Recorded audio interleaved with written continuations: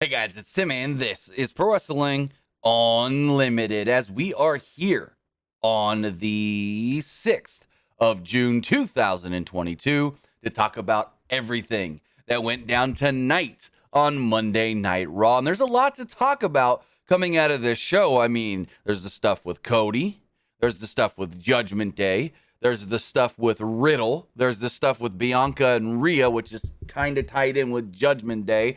This was, I guess you can say, a newsworthy episode of Raw. Good episode of Raw as well. I thought there was a lot of good things on this show. We also learned that we're getting the Double D Summer, the Dirty Dog Summer. They're calling it Double D Summer. They're probably going to start feuding with Omos and MVP. We'll get into all of that here in just a moment. But I would first want to say thank you for joining me here. If you're watching live, twitch.tv/PW Unlimited. If you're watching later, whether that's on YouTube or podcast platforms all around the world with the audio version, I want to say thank you for watching or listening there as well. But if you are watching live right now on Twitch, you can help us out a couple of different ways. You can help us out by hitting that donate button down below or by donating Twitch bits in the live chat.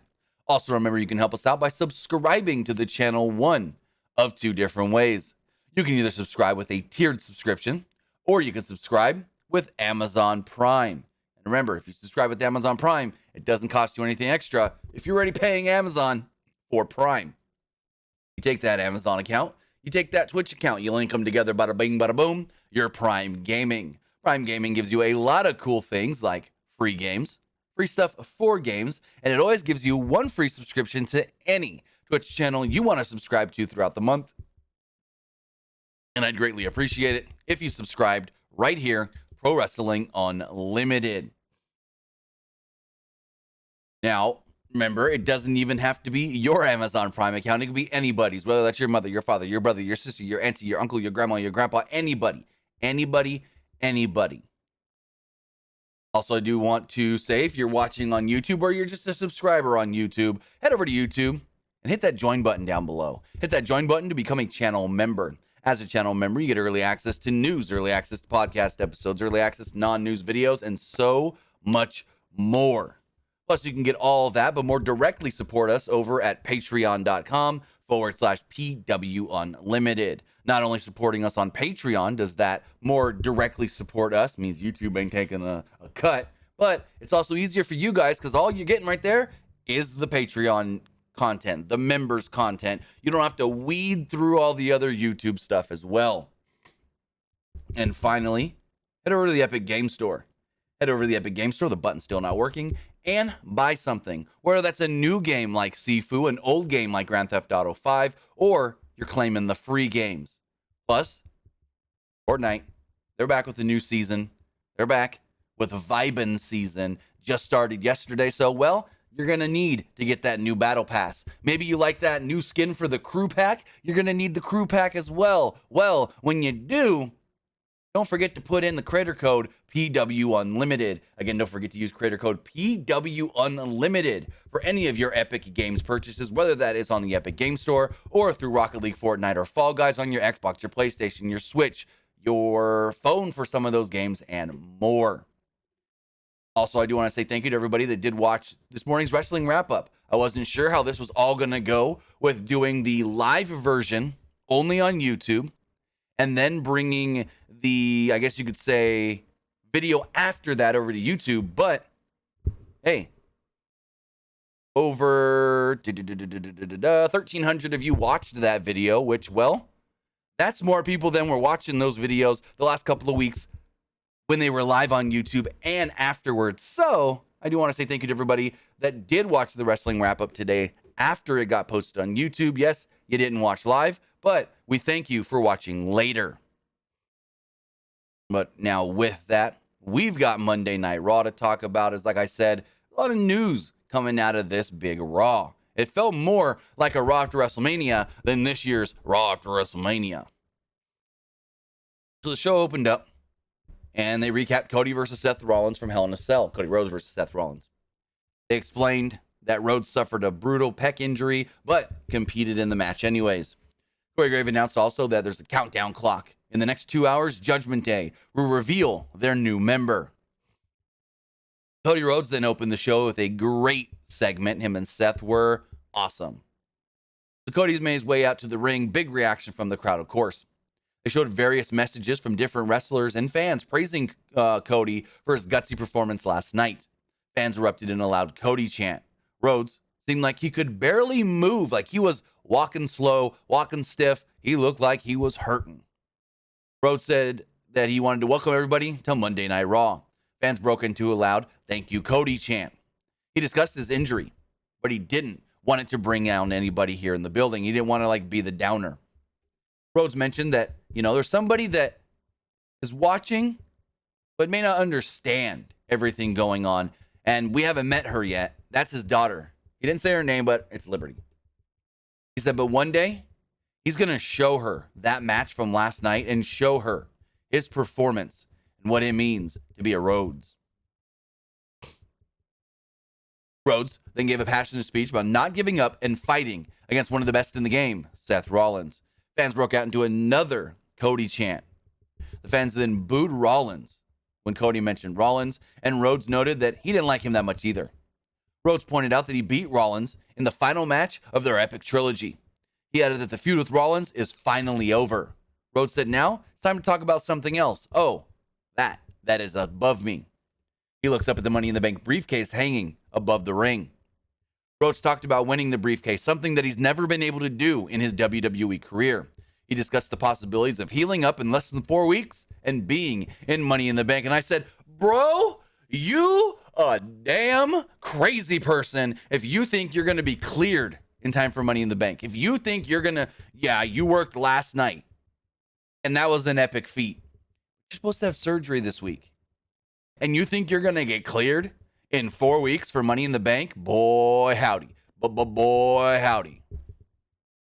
Now, Cody almost won Money in the Bank once, and then that dastardly Damian Sandow kind of took it out from under him. But anyways, Seth Rollins would make his way out to the ring. He slowly limped down the ring, which made me go, uh-oh. Seth limping pretty good all throughout this segment. And I was just like, oh no, please don't be hurt.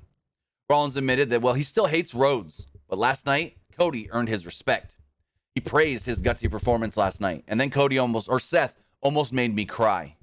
And I mean it. He almost made me cry when he goes, and also there's somebody else I knew that was watching. Dusty. And I know that he would be very proud of his baby boy right now. Rhodes almost started crying. I almost started crying. And the crowd chanted again, Cody, Cody, Cody. Woo! What a segment. Rollins then mentioned that Rhodes shaking his hand the night after WrestleMania. And now Rollins wants to shake Rhodes' hand. They shook hands and the fans cheered.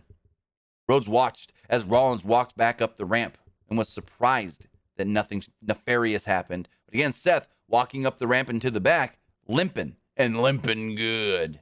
More than I'm selling something limp. I'm selling that brutal match last night limp. Corey Graves then noted that Rhodes is getting surgery this week and doesn't have much time if he wants to heal before Money in the Bank. Rhodes then slowly made his way up the ramp, turned around, and waved to the crowd as in like, hey, I'll be back. I'll be back soon. But as he did that with his back turned to the entranceway, Rollins then came out and attacked Cody from behind with a sledgehammer. Rollins viciously beat down Rhodes with the sledgehammer, and the commentary were disgusted by Rollins' attack. Finally, from the back, a bunch of referees and officials came out, pulled Rollins off of Rhodes, and helped Cody to his feet. At one point, they showed them trying to put Cody on a stretcher, and he was like, no, I ain't getting on that thing. I can walk. I ain't dead yet. Fans erupted in cheers for Cody as he walked off by himself. So we had the attack. Then we came back from a break. They showed Cody refusing the stretcher, and then they did the replay of the attack. Corey Graves, Jimmy Smith, and Byron Saxton then discussed the attack, and Graves and Saxton felt Rollins should feel ashamed for what he just did. They then showed clips from last night's Hell in a Cell pay-per-view, the Raw Women's title match, and then Becky Lynch was taking on Dana Brooke. And this was just wacky, weird, and not something I would have expected from Becky. But when it all played out, it made sense for the most part. Not fully, for the way it was executed, but we know where it's going and what it means.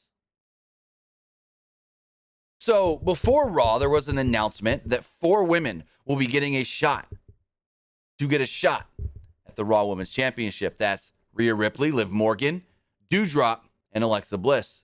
So that leaves Becky Lynch and Asuka not in the title picture anymore after losing last night at Hell in a Cell.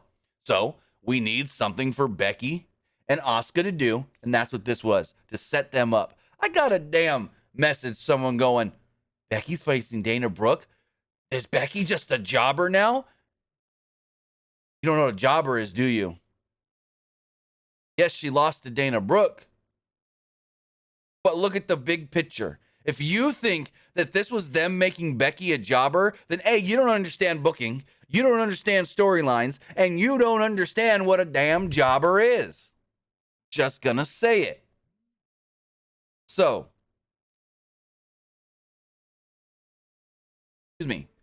Lynch kicked Brooke right at the bell when Akira Tozawa, Tamina, R-Truth, T-Bar, and Reginald all ran down. They were chasing Tozawa, who had the 24/7 title. Tozawa got in the ring. Brooke rolled him up and once again became the 24/7 champion. Somehow, the match between Becky and Dana Brooke was just over. Lynch was furious here and goes, she grabs the mic and goes, what the hell is going on? I'm having a match and I'm going to do this match, but now I'm going to fight you with that title on the line and none of you better get involved. We had a 24/7 title match. Dana Brooke and Becky Lynch. Match went 2 minutes, 13 seconds. It was not good. But where it's leading to, it'll be a pretty good match, I think. I'll talk about it in a second. It could lead to 2 different things. So the match started after a break, and Asuka's music hit as she walked down to the ring. Lynch was distracted, and Brooke rolled her up for a near fall. Lynch then took over and beat down Dana Brooke. They fought for about another minute before the finish came when Lynch went for a manhandle slam, but Brooke reversed it. Asuka then held Brooke down, the referee not looking, of course, giving her the leverage to pin Becky and defeat Becky. So this is going one of 2 ways. It's either it's going one, if not 2 different ways. It's, of course, leading to some sort of a feud between Becky and Asuka. Yeah, okay, we know that. But I think this could also lead to either both of them in Money in the Bank and an overarching thing with them not wanting to let the other win and them fighting within the Money in the Bank ladder match, or one, if not both, getting opportunities to qualify for Money in the Bank and say, Asuka screwed Becky here, Becky screws Asuka out of her qualifying match and vice versa. Something like that. That's what I think could happen. That's just me spitballing and theorizing ideas and I guess you could say fantasy booking. But I think it's gonna lead to some sort of a feud between Becky and Asuka for sure. But maybe they can tie it in with Money in the Bank. In the Money in the Bank briefcase match, the ladder match. They then announced the big news. The 20th anniversary of John Cena. And John Cena is returning. John Cena will be back on Monday Night Raw on June 27th. So usually when I'm watching either the Raw or SmackDown or AEW or whatever, right? I'm sitting here on my computer, working on one screen, doing something on this screen, got it on this screen, but I have the speaker on, listening, no headphones, no nothing. Usually my son is right there on the couch, laying there, looking up at the TV, playing video games, most likely Fortnite. And when they said, well, first when he heard, he sat up like a spring. And then when they said, John Cena returns to Monday Night Raw June 27th, he lost his shit. My son lost his shit. He's like, I guess you can call my son a casual fan. He likes wrestling. He'll watch from time to time. But when it came to John Cena returning, my son lost his shit because he flew off the couch and stood up and was like, wait, John Cena's coming back? I was like, yeah, that's what they just said. No, they said John Cena's coming back? And I was like, yeah, calm it down a little bit. He was like, he lost his crap when they said John Cena returns on June 27th. Like, he went ape shit, whatever you want to call it. So that still shows that kids still love John Cena. Kids that were, growing up in that John Cena height, the height of John Cena. My son, 10, from the time he was 3 years old, he loved everything John Cena. Once he finally realized what wrestling was and what John Cena was, when he was about 3, when I took him to his first live event, forget about it. There's nobody else in wrestling that mattered to him. It was John Cena. He likes Randy Orton to an extent. He thinks Roman Reigns cool. But he heard John Cena's coming back, and that kid, he heard the John Cena music, and he sprung up. I kind of saw him out of the corner of my eye. And then when he jumped off the couch when they said John Cena returns, he lost his crap. And I was like, what? He's like, well, I heard the music. Well, first he yelled, it's really coming back. And then he was like, I heard his music and thought he was on right now. No. I was like, nope, couple of weeks. He's like, oh, okay. I'm excited. Very excited. I'm like, I could tell. So, John Cena, still a big old draw with the kids. Especially, the kids that don't really follow, but still love John Cena. That's it all right there. That's it all right there. For the kids that don't follow the week to week, they hear John Cena returning. They hear that John Cena music. Win. I'm all in. I'm watching. What? Huh? What day? Crazy that Cena still has that kind of, I don't want to say pool, but fan base, especially with the younger fan base, the kids. Again, like I said, my son's been a John Cena fan for 7 years now. Wait, almost 8, because he's almost, well, yeah. So this would be the 8th year he's been a John Cena fan, because he's turning 11 this year. We went and saw, so became he finally, like I said, realized what wrestling was when he was about 3.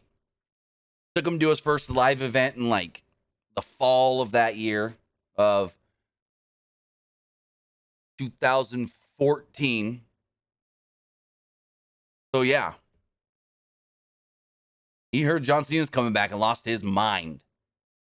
Someone that, from time to time when he's sitting on the couch and I'm watching wrestling over here, kind of peek in because he hears something or sees something that kind of catches him, oh, that's kind of cool. Ooh, I know that guy. I especially Randy Orton, Roman Reigns, kind of riddled now a little bit because the Randy Orton association. But when he heard John Cena, I know I'm going to get long-winded on this, he freaked out.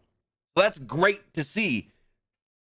And so now I'm going to have to buy whatever new shirt they make for John Cena. Probably going to get asked. I don't know if I'm going to buy it for him, but he's probably going to ask when he sees Cena wearing a new shirt going, oh, can I have the shirt? Because last year he did the same thing. Cena came out of Money in the Bank. Again, I was watching Money in the Bank here. He was laying there, heard John Cena's music. Whoop! Is that right now? Is he really on right now? And they saw the shirt and goes, oh, I like that shirt. Can I have the shirt? Are they selling that shirt? So, see how it goes. But John Cena's coming back June 27th. And I can tell you from my kid, kids are going to be excited. If any of them kids that are John Cena fans are like my kid, my son, who's almost 11, kids are going to lose their mind. Then we had Miz TV. So, what they advertised it as and what it was confusing to, now we get it. So WWE advertised that we were getting the premiere of Miz TV tonight. I'm like, wait, what? The premiere? But then once Miz and Maurice came out and they clarified this is the premiere party for Miz and Mrs. on Miz TV, I go, oh, that makes more sense. Miz TV's been around for I don't know how long. And it's not like this is the season premiere of Miz TV, but now it made sense to me when they were because I even said it in my preview video. They call this the premiere of Miz TV, but I don't understand that. Maybe it's a tie-in with the Miz and Mrs. premiere. But it was. It was the premiere party for Miz and Mrs. on Miz TV on Raw. This is a pretty good segment with it actually, Miz TV segments usually end up just being fun, whatever segments that by the time the show's over, you go, I remember Miz did something, but what the segment was is irrelevant. Yet this was not irrelevant at all and newsworthy. So Miz at first introduces who he calls the love of his life, Maurice, and of course, wife.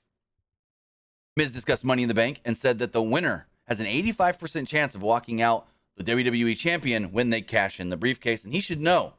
He also promised to win and add it to his list of accomplishments. He said if he can win Money in the Bank for a 3rd time, that will be another record that he has broken. Nobody has won Money in the Bank for 3 times.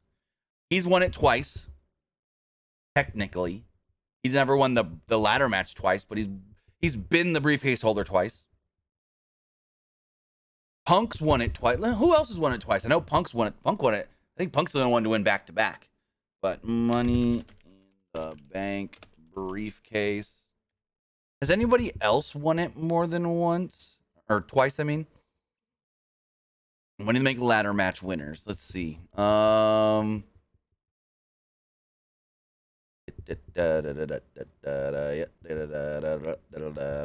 see. Who has won it more than once?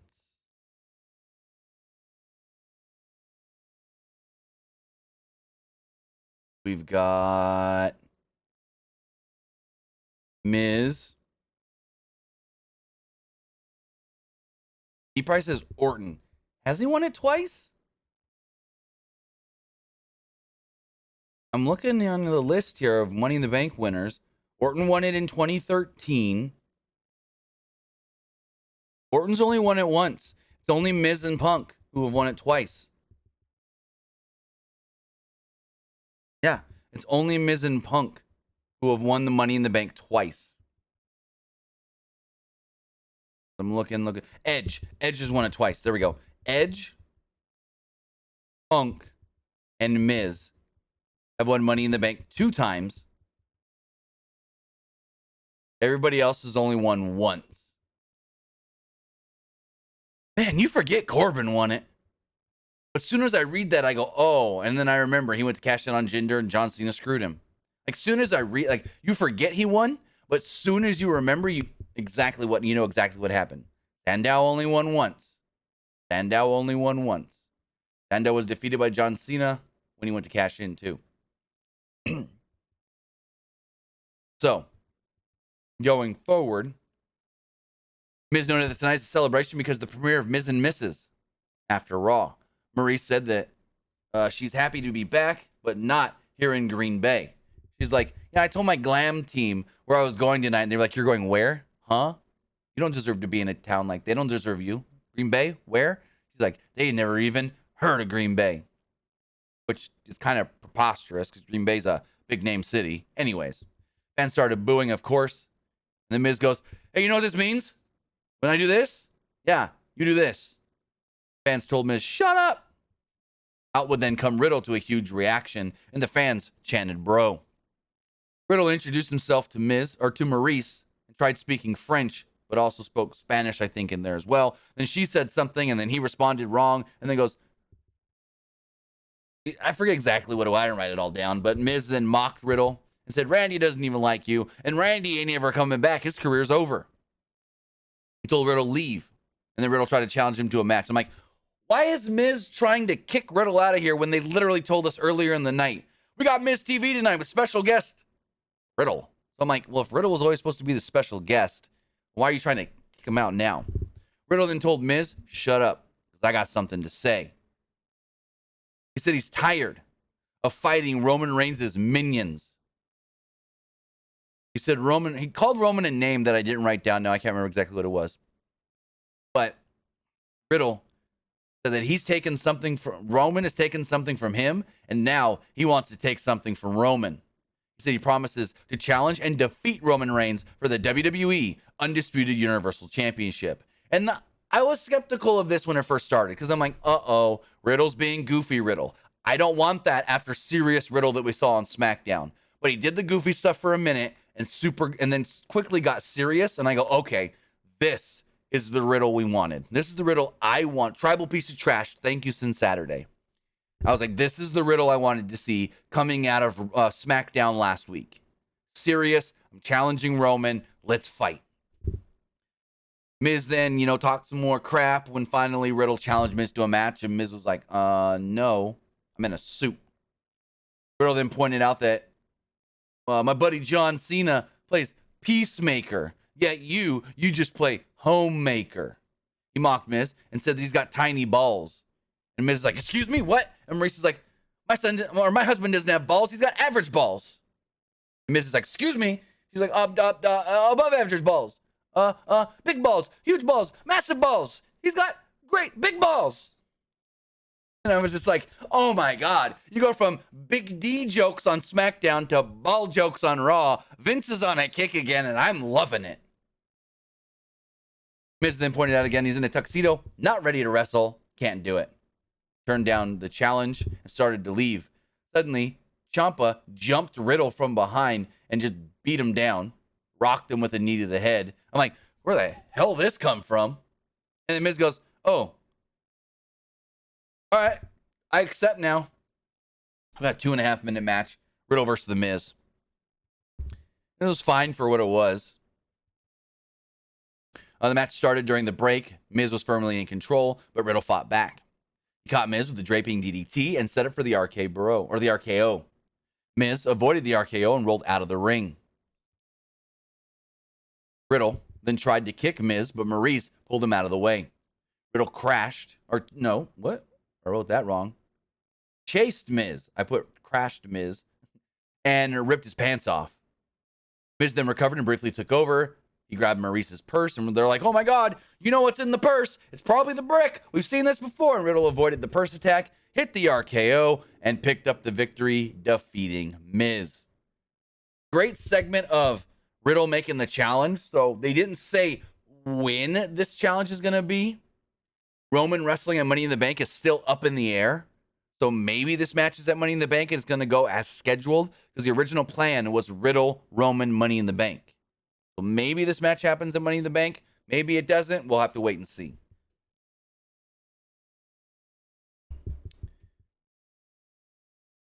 So going forward, we had a championship contenders match. It was the Street Profits against the Usos in a 16.5 minute match, right around 16.5. I thought this match was really fun and good until the weird finish we got. The finish was kind of meh. I'm like, really? You earned a title shot on a count out?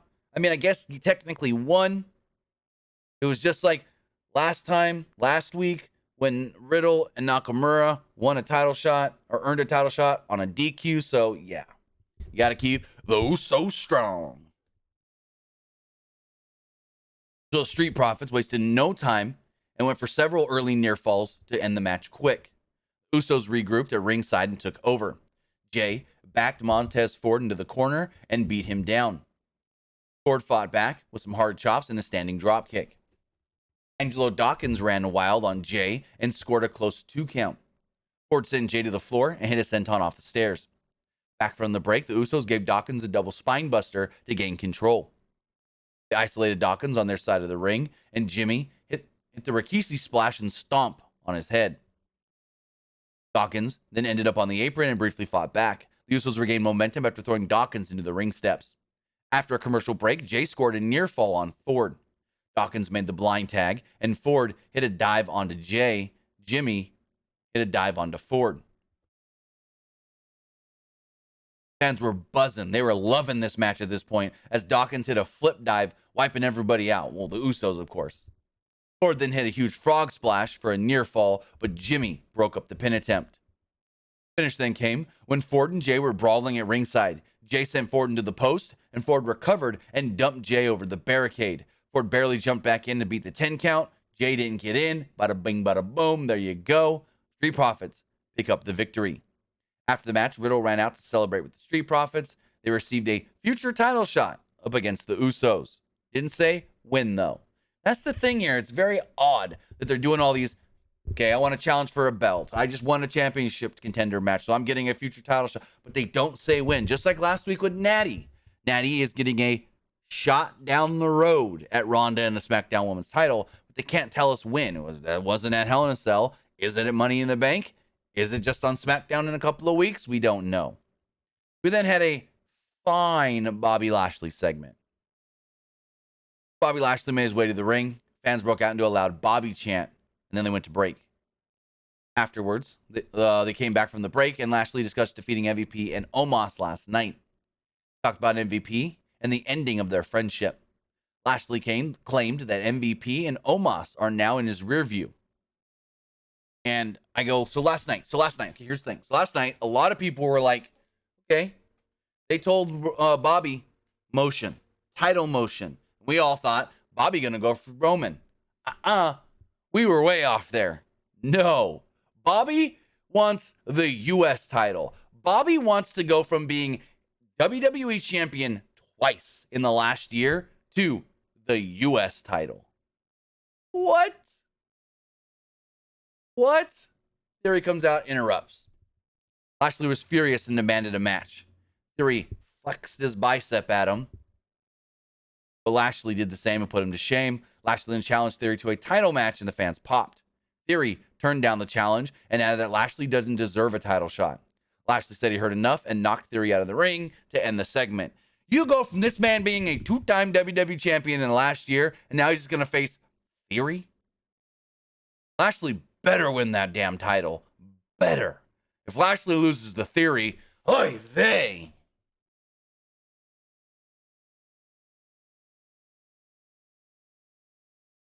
The recap, Veer Mahan attacking Ray and Dominic. And then we had Veer versus Dom in a 9-minute match with a very, very weak finish.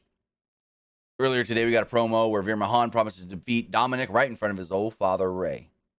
Early on, Dominic, for some dumbass reason, mocked Veer. So, chased him around ringside. Dominic rocked Mahan with a series of kicks for a brief advantage. Mahan recovered and rocked Dominic with a vicious tackle. Mahan took over and tossed Dominic out of the ring. He grabbed Dominic and threw him into Ray for a course of boos.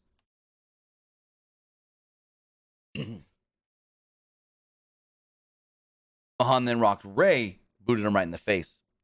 After a commercial break, Mahan was firmly in control. He went for a power slam, but Dominic slipped out. Mahan missed a shoulder tackle, and Dominic hit a 619 into the post. He followed this up with a frog splash for a close near fall. Mahan rocked Dominic with a clothesline and set up for a submission. Ray jumped in and attacked Mahan for disqualification. He followed this up with a 619 and on Mahan on the floor. So, yeah, Veer wins by DQ. Not much really to it. And then recaps Judgment Day, defeating AJ, Finn, and Liv last night at Hell in a Cell, and said the time is up. Countdown is over. It's time for Judgment Day to reveal their new member. And this was not what I expected. And I saw people online going, I called it. I knew Finn was going to join.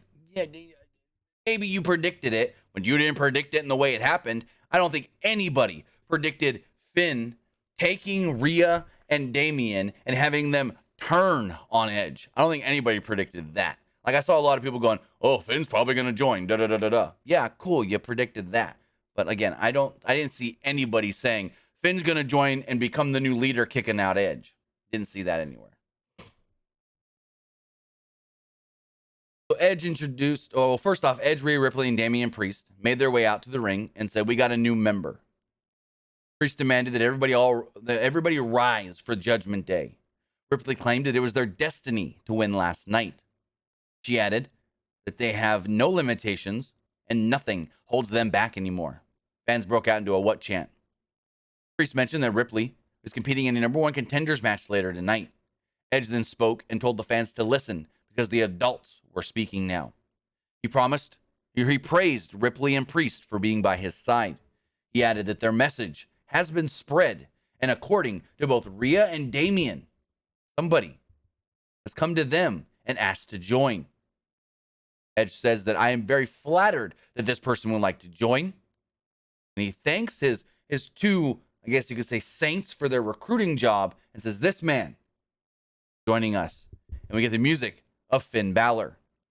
And I liked how on commentary they mentioned, what is Finn doing out here? And I think it was Corey Graves said, what is Finn doing out here? And then, well, one of them, I can't remember who it was. One of them said, what is Finn doing out here? Is Finn really going to join them? And then someone goes, maybe this is all an elaborate ruse.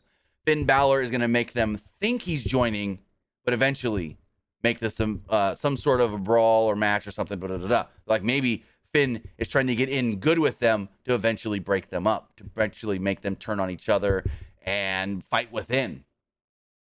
And they were half right. Finn Balor would make his way out to the ring. Balor got into the ring and shook Edge's hand. Edge was surprised to hear that Balor actually sought out Rhea and Damian wanting to join the group. He said, our message has spread, and it's spread People that we weren't even expecting to be talking to, but people that we knew needed to hear it. He noted that he saw the change in Balor's face during that match last night, and he added that Balor is a good fit for the group. Balor then clarified, hey, I want to thank Priest and Ripley for helping me. I was impressed with what I heard when Ripley, he said he was impressed with what he heard when Ripley stood in between him and Edge. Balor spoke with Priest and Ripley and realized that they all have a lot in common. They're tired of being told what to do. Priest then looked at Edge and said that, he's done a lot for them. But then he added, there's something we need to do. We need to shed what is holding us back. And Edge is sitting there and standing there, and he's like, yeah, I understand. I totally get that. Yes, take out what's holding you back. Edge is agreeing with all of this. And Priest goes, and that's you. And he clotheslines Edge. Balor, Priest, and Ripley then turn on Edge and beat him down. My first thought was, okay, are they going to remain Judgment Day? Or next week they're going to come out and Finn's going to go, we're the Balor Club, the new and improved Balor Club. Screw Judgment Day. We run this place. Or something like that. I don't know. That's what I hope they do. I was hoping for a too sweet at the end with Balor, Priest, and Ripley, but we didn't get it. Edge tried to fight back at one point, and Balor and Priest continued to beat him down. They dragged Edge out of the ring, and Priest gave him an assisted razor's edge through the announce table. They then grabbed 2 chairs and threw them in the ring. They pulled out a piece of the chair, put it in Balor, then put it in Edge's face, in his mouth, and wrenched him back in a crossface, like we've seen Edge do in the past. Priest then gave Edge a concerto, and the crowd booed vigorously. Referees and official ran down to break it all up. Ripley kept trying to come after Edge, and then finally Ripley got out of the ring, said, hey, come follow me, ... whatever. So we now have this new group, but we don't know exactly what's going to go down with this. Are they still Judgment Day, just not with Edge and Balor now in control? Or do they become the Balor Club? I kind of hope they become Balor Club, but we'll just have to wait and see. Then they recap Bobby Lashley beating Omos and MVP last night, and then the whole thing with Cedric Alexander saying, I don't want to be bossed around anymore. I don't want to feel like a toy or a tool. And Bobby saying, hey, stand up for yourself, but don't get involved in my stuff anymore. This then led to an 8-second match, Omos and Cedric Alexander. And freaking, it was such a squash that it starts. They do some little recap thing, and it's over. And Corey Graves goes, this match is over before the recap even happened. The match ends, and immediately we hear, glorious! And out comes the Dirty Dogs, and they go, ladies and gentlemen, the Dirty Dogs. And so the Dirty Dogs come out, and they get on this little platform. Corey Graves calls it the Okerlund spot or something like that. He calls that the Okerlund position. And so the Dirty Dogs come out. They're up there with Kevin Patrick. And they say, it's been a while since we've been out here on Monday Night Raw. It's time for Double D Summer. Dirty Dogs are back.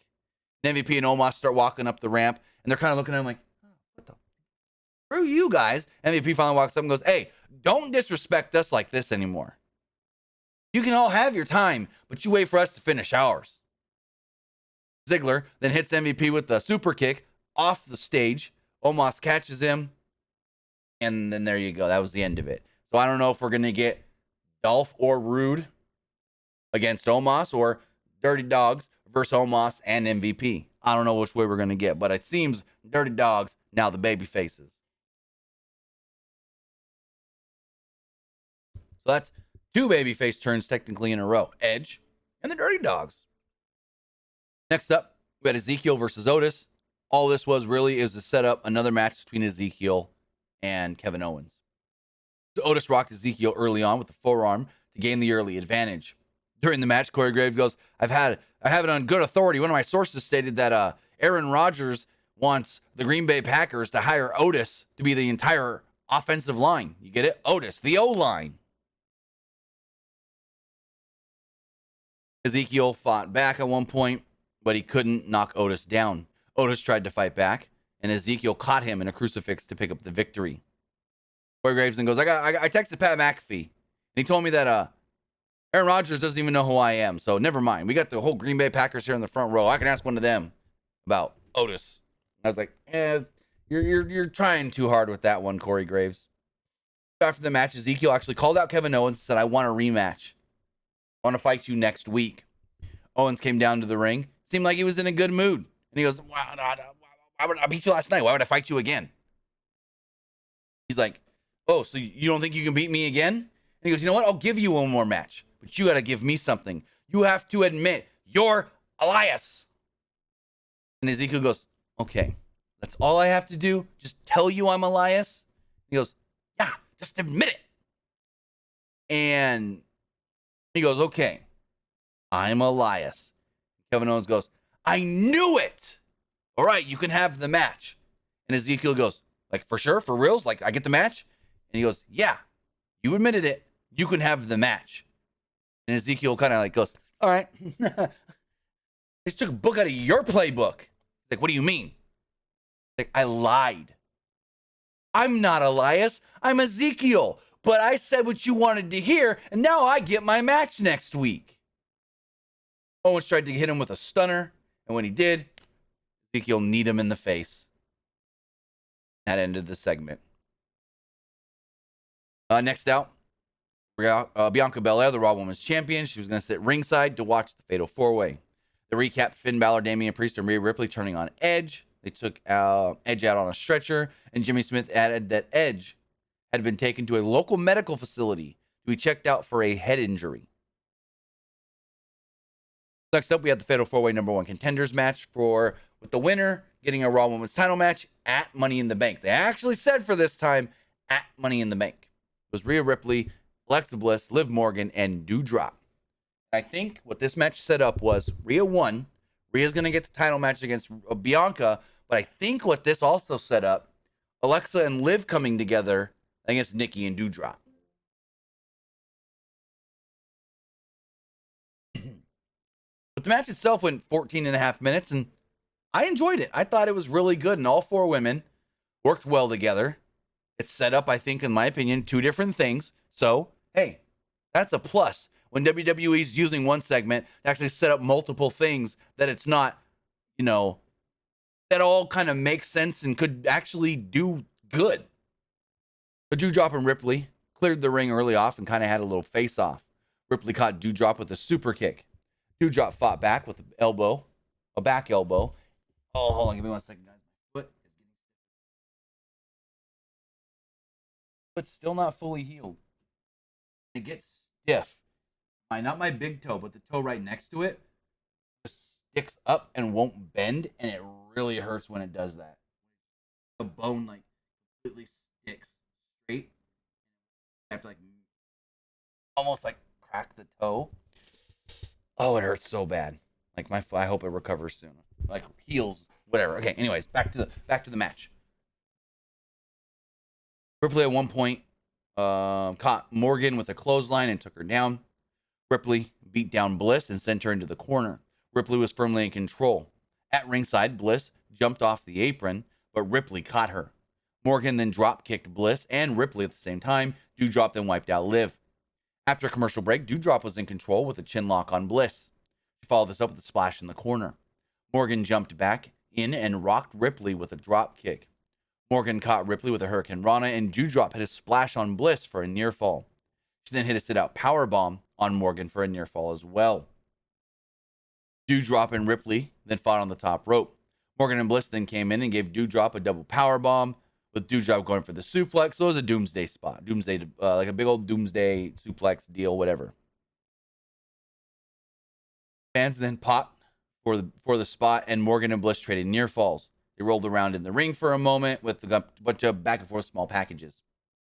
Bliss then went for the Twisted Bliss, but Morgan got her knees up.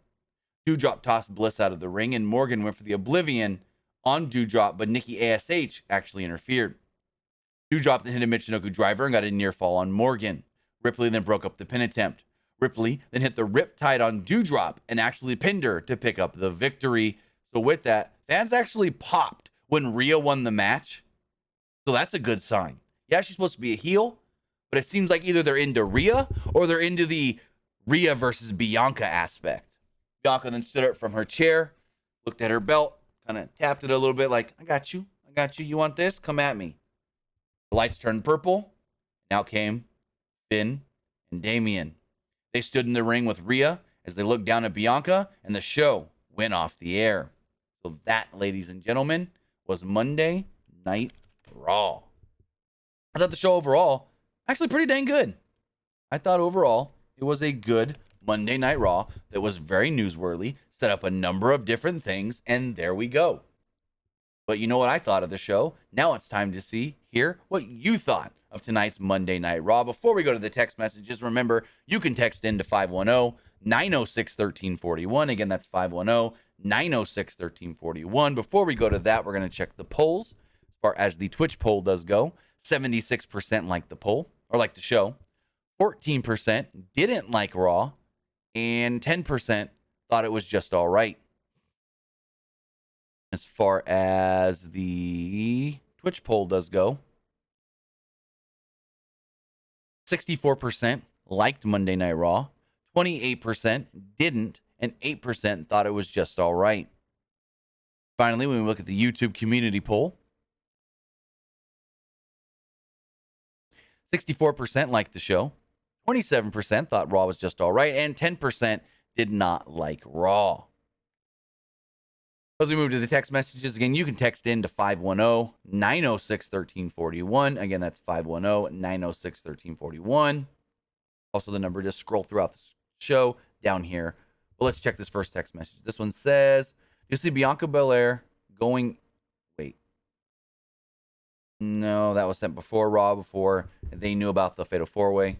That has nothing to do with nothing anymore. It says, I think when WWE goes back to 2 main titles and 2 tag titles, they should also do Raw-only pay-per-views and SmackDown-only pay-per-views. No. I know Money in or Hell in a Cell was basically a Raw-only pay-per-view, which was fine, but I don't think they should do Raw and SmackDown-only pay-per-views. And who knows if they're ever going to split the titles back up again. Maybe they keep them unified forever, or for at least a very long time. Person says, you think Bianca Belair stands a chance against Rhea Ripley to retain the Raw Women's title at Money in the Bank? Yes, because last I heard the plan was Becky and Bianca for the title at either Money in the Bank or Clash at the Castle. One of them stadium shows, we're going to get Bianca and Becky again. So, yes, Bianca retains, if everything stays according to plan. Person says, where do you see WWE going with Ciampa after that Judgment Day route? Also, do you see record Miz and Misses? I see record Miz and Misses. Oh, did you record Miz and Misses? Not yet. I do have Miz and Misses set to record, but for me, it doesn't come on for another hour and a half. It doesn't come on here live until 11 p.m. It's only 9:13.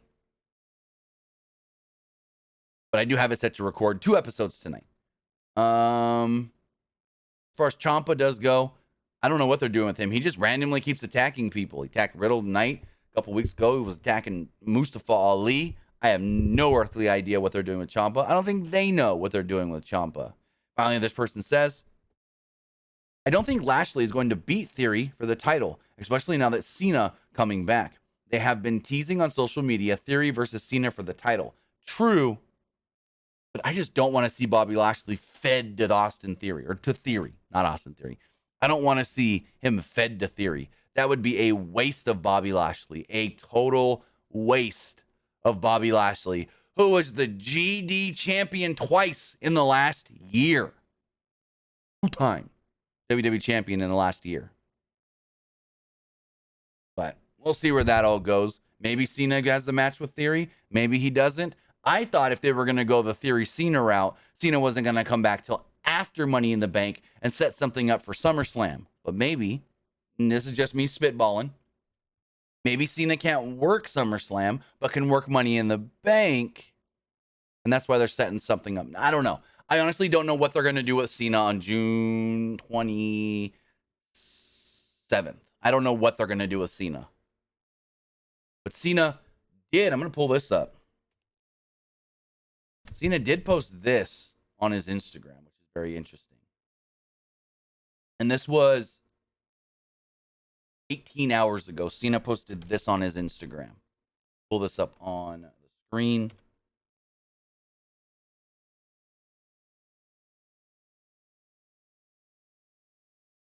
Him with his, well, actually, technically, that's Kevin Owens with his foot on the U.S. title.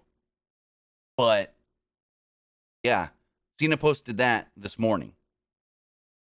See what it means, but maybe he is coming back to face Theory. I mean, he's been building stuff up, not just, on social media, but he's also talked about Theory in interviews.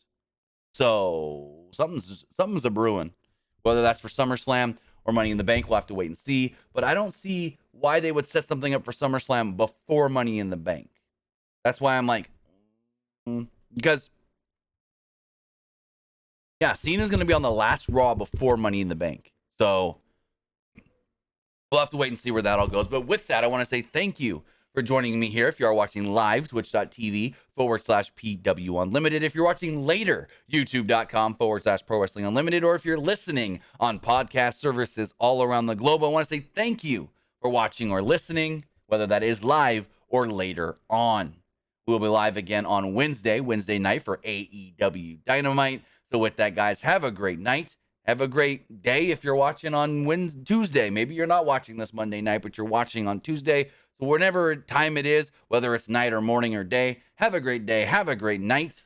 I'll see you guys next time. Have a good one, guys.